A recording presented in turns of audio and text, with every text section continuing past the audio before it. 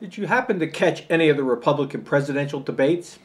I did, and the experience was comparable to having one's teeth drilled. Let me recap for those that missed it.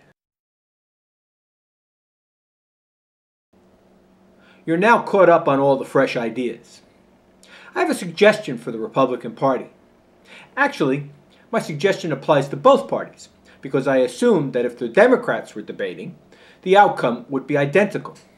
The only exception would be that a different yet equally absurd doomed-to-fail ideology would be offered. So here's my suggestion. Instead of wasting money debating, just stick up cardboard cutouts of the candidates and pre-record your propaganda.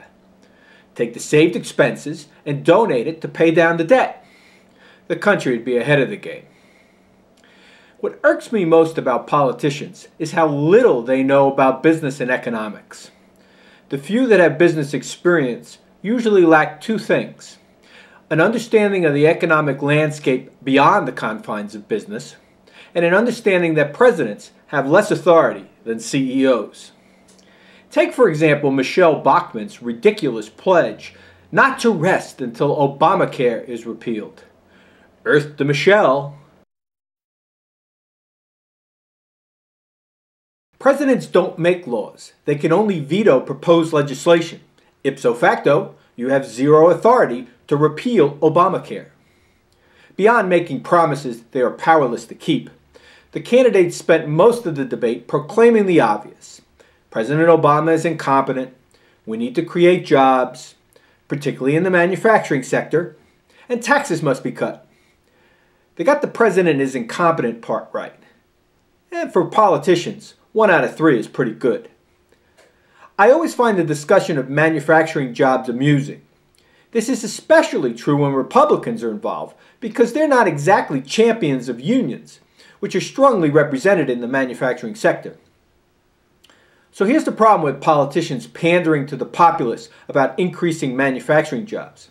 It shows his or her ignorance about not only the manufacturing environment, but global economics. I've said this before, but it bears repeating. Our manufacturing output is greater today than during any other time in our history.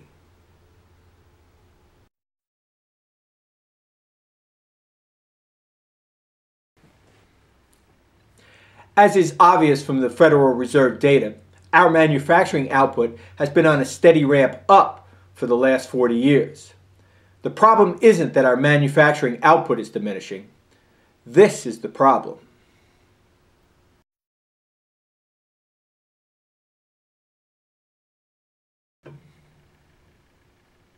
Automation and the subsequent improved productivity have reduced manufacturing employment, while output has increased, as illustrated by the following graph.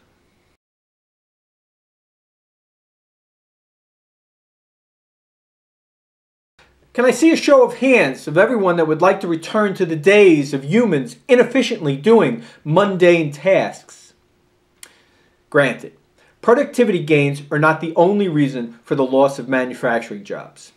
For some products, where quality is not paramount, we simply cannot compete with cheap labor markets like China, and we never will, no matter what some politician promises.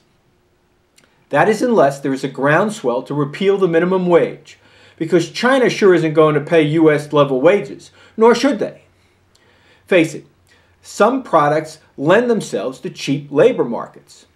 Why do you think Nike uses offshore manufacturing? If you sold costume jewelry, where do you think you'd make your product? It's a different story for sophisticated products. But for many consumer products, we can't compete. That may change in the future as transportation costs escalate and wages begin approaching equilibrium. In fact, China is already experiencing significant wage gains. But those factors are not in our control, and we should focus on what is in our control. Someone who understands business and global economics would know that instead of looking backward, we need to look forward. We need to leverage our strengths, not attempt to perpetuate areas of weakness. The blockbuster Netflix saga is a good example.